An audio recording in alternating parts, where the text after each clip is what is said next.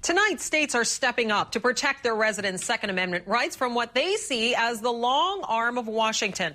Under a new state law starting next month, any gun made in Montana, sold to a Montana resident, and remaining in that state will be exempt from federal control.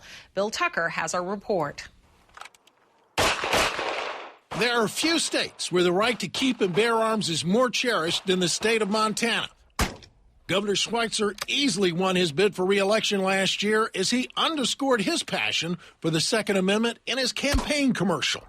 So it should be no surprise that Montana was the first state to stand and legislatively challenge the federal government's reach when it comes to guns. Under the Montana Firearms Freedom Act, the gun must be made in Montana and stay in Montana and be made by a non-federally licensed gun maker. None of the guns that you see here would be protected under that law. That's because those guns cross or have crossed state lines. But when it comes to a gun made in the state that stays in the state, the Commerce Clause does not apply. It's just like a radish.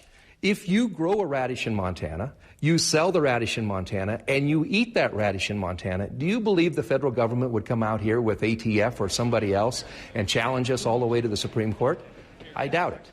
So whether you're talking about a gun or a radish, the Commerce Clause should not apply. Montana is not alone in its endeavor. The state of Tennessee passed a similar law in June, and the stage for a battle with the federal government has been set. The Bureau of Alcohol, Tobacco, and Firearms has already sent letters to federally licensed gun makers in those states warning that the ATF sees the law as meaningless. Quote, the act purports to exempt personal firearms, firearms accessories, and ammunition manufactured in the state and remain in the state from most federal firearm laws and regulations. However, federal law supersedes the act, and all provisions of the Gun Control Act and the National Firearms Act continue to apply. Some constitutional lawyers suspect the Supreme Court would side with the ATF, noting prior rulings have expanded interstate commerce authority and federal law does in fact take precedent. The reaction from the ATF was anticipated, says one of the writers of the bill, who freely admits the law is meant to be a finger in the eye of the federal government.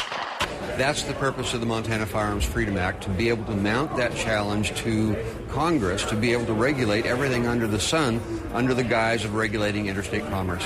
And he has a strong ally in the governor, who it would seem might be at odds with the president, who is very pro-gun control, who is also a fellow Democrat.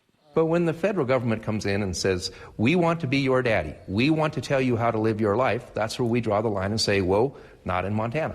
According to the Montana Shooting Sports Association, 95% of homes contain a firearm in Montana. And the feeling among many there is that the thing to fear the most is not a person with a gun, but a government that would take that gun away. Bill Tucker, CNN, Missoula, Montana. And in a legal twist.